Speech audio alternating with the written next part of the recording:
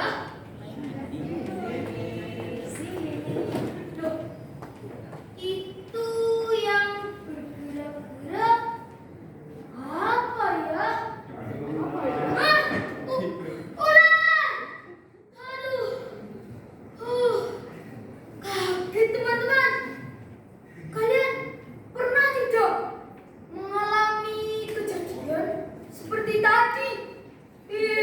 Menakutkan ya?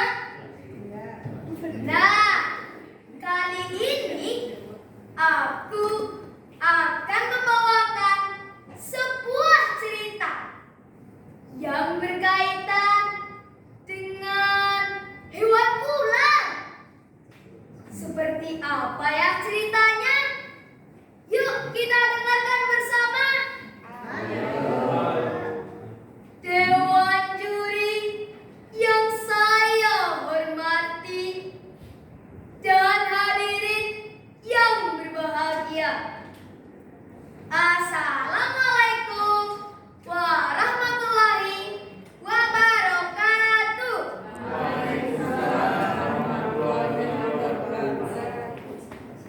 Pada kesempatan kali ini, saya Muhammad Fahri Diva Alhaq akan menceritakan sebuah kisah dengan judul Asal Usul Sawah Panagan.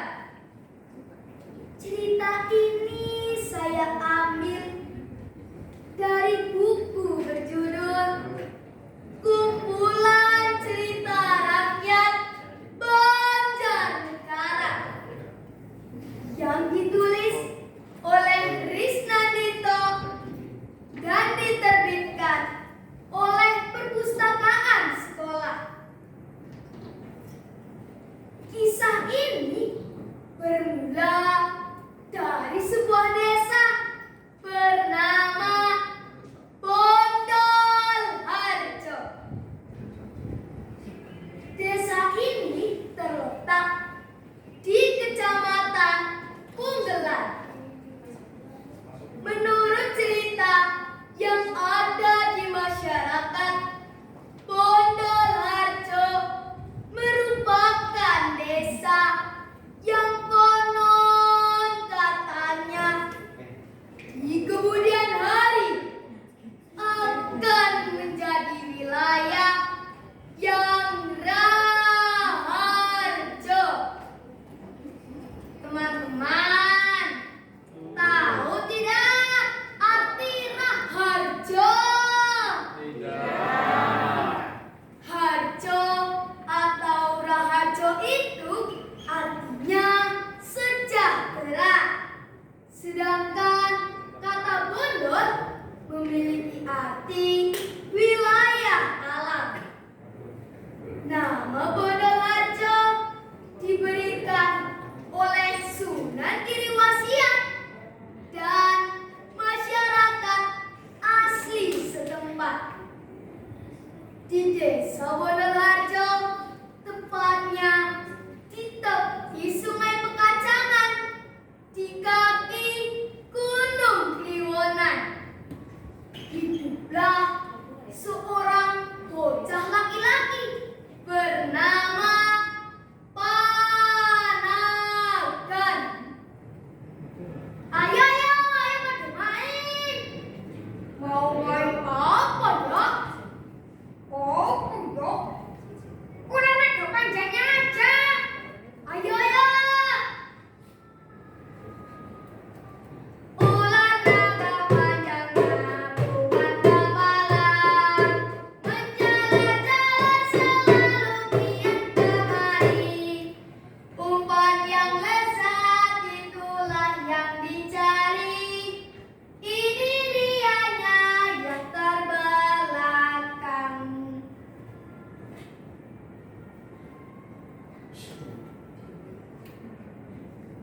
Hei, Panagan, kamu tidak bosan apa ya? Main sendiri terus? Ayo main bareng.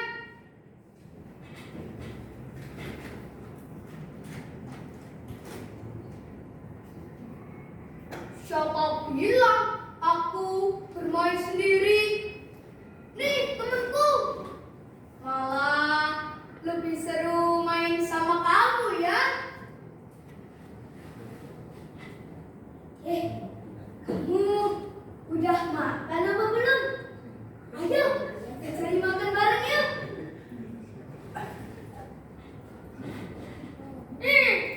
Dasar anak aneh. Panagan selalu dianggap aneh oleh teman sebayanya karena suka bermain dengan ular.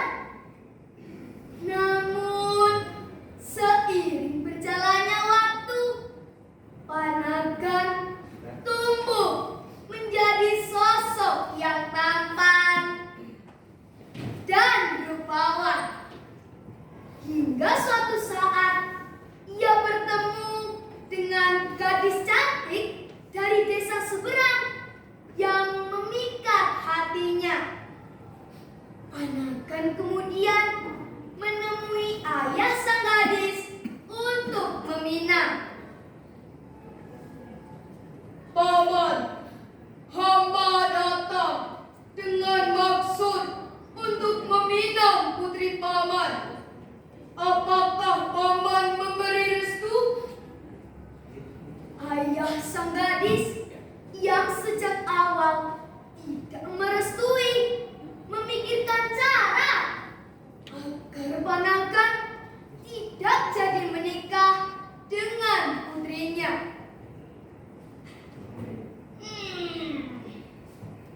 Tidak semudah itu.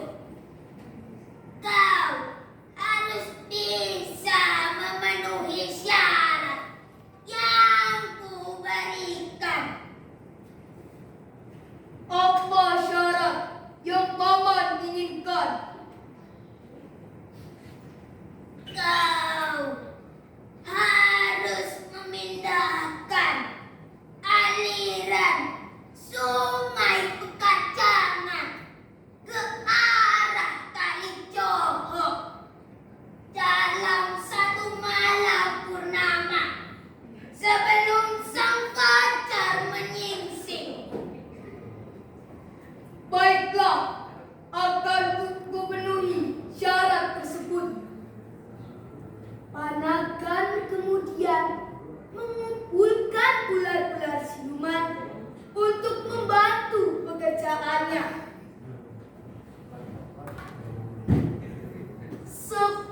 Sepanjang malam, ular-ular itu bekerja dengan giat. Suara batu yang terbelah Terdengar memecah keheningan malam.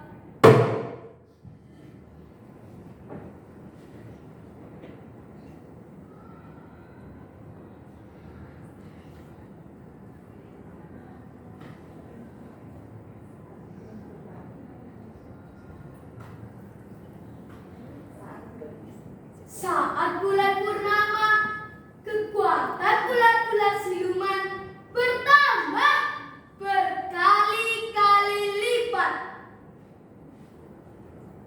Rapor juragan, Panagan sudah memindahkan aliran sungai Pekacangan dari Bendungan Brengkel dengan bantuan ular siluman.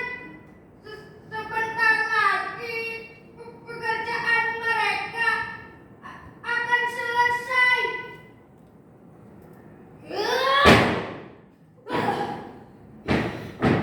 Aku tidak bisa tinggal diam.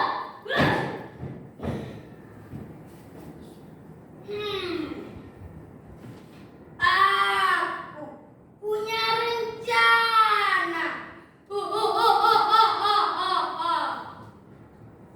Ayah sang gadis kemudian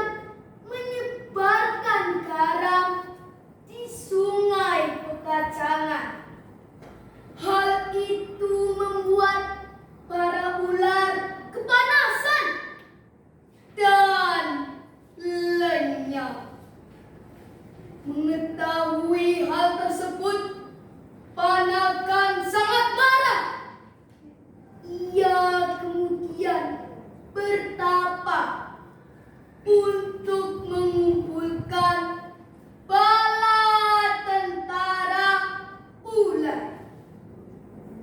Pada malam Jumat Kliwon, Panakan menyerang melalui Kali Joho dengan ular andalannya Baru Klinting. Ular! Ular! Para warga ketakutan dan berlarian. Ada apa ini? Kenapa ada banyak ular? Apa yang ayah lakukan hingga membuat kakak Panakan murka?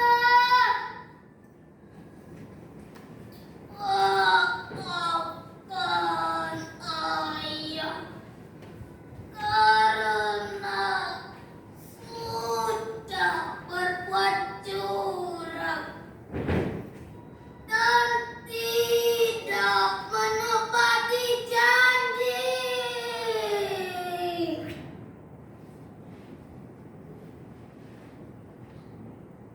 Tidak,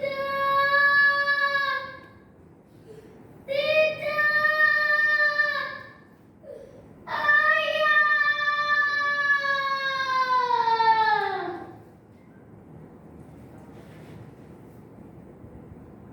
Nasi sudah menjadi bubur. Seluruh penduduk desa meninggal, termasuk ayah sang gadis. Arah aliran sungai yang tidak sempurna itu membuat adanya sebuah tikungan tajam yang sering menyebabkan gugur sawah saat terjadi banjir. Sawah tersebut